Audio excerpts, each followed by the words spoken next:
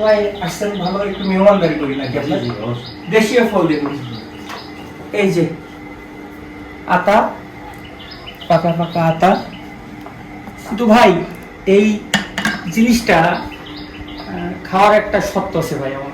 এটা খাইতে হবে পাখিদের মতো করে কিরকম একটা পাখি কি করে একটা ফল খাই বীজটা কিন্তু নষ্ট করে না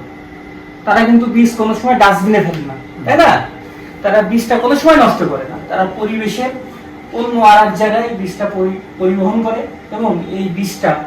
যাতে অঙ্কুরিত হয়ে নতুন গাছ তৈরি হয় সেই গাছে তারা বসবাস করতে পারে মানুষের উপকার হয় এবং তারাও খাওয়ার ব্যবস্থা করতে পারে সেই লক্ষ্যে তারা কিন্তু বীজটা অন্য জায়গায় উঠায় এখন আমার কথা হচ্ছে যে আপনারা খাবেন ঠিক আছে এটা আমিও খাবো আমরা বীজগুলো রেখে দেবো ভবিষ্যতের জন্য যাতে আমরা অন্য কোনো জায়গায় লাগাতে পারি কেমন হয় বলেন এটা মহতে উদ্যোগ জি জি মহতে উদ্যোগ শুরু করার কথা বলবো যেহেতু একটা দেশি ফল একটা ফলে অনেকগুলো বীজ থাকে জি একটা বীজ মানে একটা চারা আমরা যদি পর্যাপ্ত পরিবেশ দিতে পারি কিন্তু আমরা মানবিকতা ভুলে গেছি আজকাল মানে শহরে হাওয়া গায়ে লেগে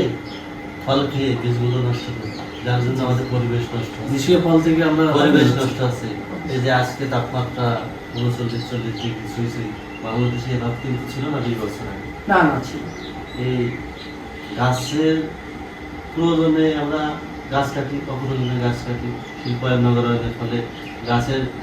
25% যে গাছ প্রয়োজন ভূমি যা নামতে নামতে আজকে সরকার হিসেবে আছে 12.8 যা অর্ধেকেরও কম